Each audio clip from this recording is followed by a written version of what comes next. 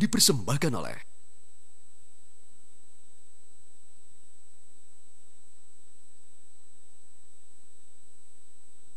didukung oleh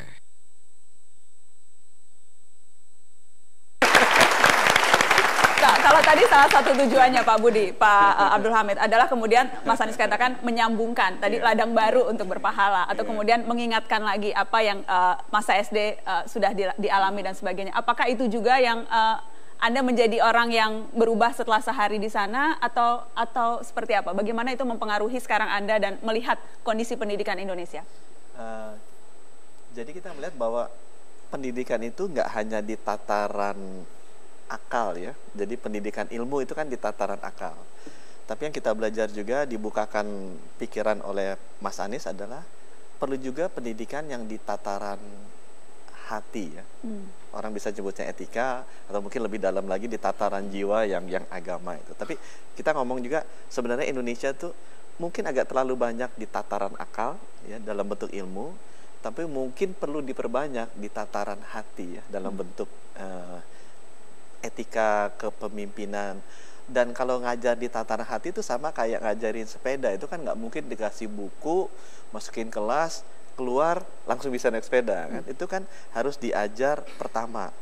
Ajar sepeda nggak bisa di kelas kan, mesti di jalan gitu. Ajar berenang nggak bisa di kelas, mesti di kolam renang. Itu mesti diajarin di tempat di mana dia berinteraksi kehidupan sehari-hari. Dan yang kedua kan nggak mungkin ngajarin sepeda orang yang nggak bisa naik sepeda gitu kan. Ya, jadi harus diajarin oleh orang memang yang memiliki ilmu di tataran hati etika yang baik. Nah itu yang membuat kami di Mandiri kemudian kita punya dana corporate social responsibility kan besar.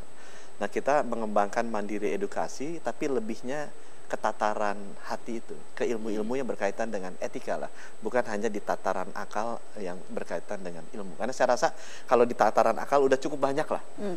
Tapi bagaimana sekarang mengasah hati? Mengasah hati. Gitu, mengasah hati. Pak Hamid, saya dapat bocoran cerita tentang masa kecil Anda dan bagaimana kemudian itu, boleh saya minta singkat saja ceritanya, bagaimana kemudian itu mempengaruhi Anda dan Anda tularkan pada saat Anda menjadi guru. Ya, masa kecil saya memang sangat unik. Saya ditinggal ayah waktu saya umur 5 tahun. Jadi ibu menghidupi keluarga dengan pensiun janda dan sempat berjualan warung pecel ya di Bandung. Saya ikut bekerja dengan kakak akhirnya. Kakak bikin sablon, perusahaan home industry sebetulnya, karena yang bekerja kita semua, ibu, kakak, termasuk saya gitu. Waktu saya ke SMP-nya SMP 2 negeri di Bandung, itu suasananya totally different. Dan saya satu-satunya juga yang dari SD Muara Rajen ini yang masuk ke SMP. Rupanya di SMP itu ada aturan periksa kuku. Periksa kuku? Periksa kuku. Jadi kuku itu nggak boleh panjang, nggak boleh hitam. Sementara saya tiap hari itu nyablon, nggak bisa kuku saya putih bersih, nggak bisa. Kalau saya mau membersihkan kuku saya, itu harus pakai soda api dan melepuh dia gitu. Kalau terlalu sering, jadi lama-lama ya kalau seminggu sekali saya bersihkan, tapi kalau tiap hari nggak mungkin. Dan saya nggak tahu jadwal periksa kuku kapan. Dan itu biasanya pakai penggaris yang dari plastik itu. Bukannya kayu. Bukan kayu. Jadi kuku kita ditaruh gini, lalu dicepret ya gitu ya, dan masuk ke GC. GC itu ruangan guidance and counseling. Jadi di awal-awal mungkin record saya 1, 2 setiap bulan nggak periksanya itu. Sampai akhirnya kira-kira di kelas 2 ada orang wali kelas saya, Ibu Tuti namanya, guru bahasa Inggris. Beliau ini memeriksa laporan-laporan yang sebelum-sebelumnya. Lalu nanya sama saya, ini Ucok ini, saya panggilannya Ucok kebetulan di kelas, Ucok ini kenapa jadi langganan masuk GC katanya gitu. Ya saya cerita lah sama beliau, bahwa saya pulang sekolah itu ganti baju, makan, langsung kerja, saya bilang gitu, nanti sampai malam.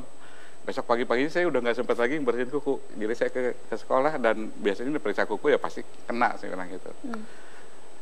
Tercenung beliau ini, dan beliau melihat ya mungkin badan saya yang kecil mungkin pada waktu itu ya, kurus kecil, SMP itu, kena GC terus gitu. Sampai akhirnya beliau ini ngambil gunting kuku dari tas beliau, lalu sambil menitikkan air mata, meminta saya datang, kemudian beliau menggunting kuku saya satu persatu. Sampai akhirnya selesai dan beliau meminta kepada guru-guru yang lain, kalau meriksa saya, tolong dilewat aja. dan beliau ini sangat akhirnya sangat perhatian kepada saya sesudah saya menceritakan itu. Saya juga nggak tahu kenapa waktu menceritakan ke beliau saya punya keberanian. Karena sebelum-sebelumnya saya merasa nggak percaya diri bahwa saya bisa menceritakan itu ke orang lain. Dan Ucok kecil yang selalu berkuku hitam, sekarang jadi CEO, Presiden Komisaris Chevron Indonesia.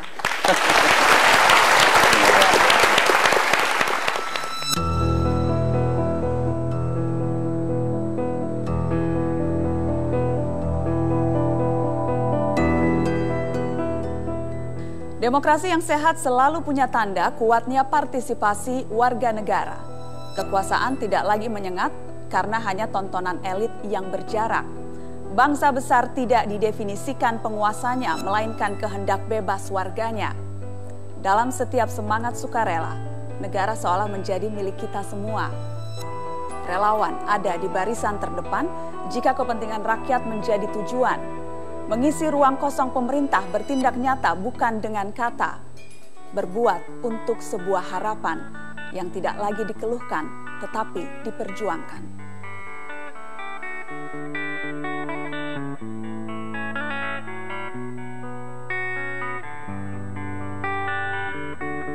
Please come now, I think I'm falling, holding on to what I think is safe. It seems I found the road to nowhere, and I'm trying to escape. I get on back when I heard thunder, but I'm down to one last breath. And with it, let me say, hold me now. I'm 6 feet from the edge, and I'm thinking maybe 6 feet is so far down.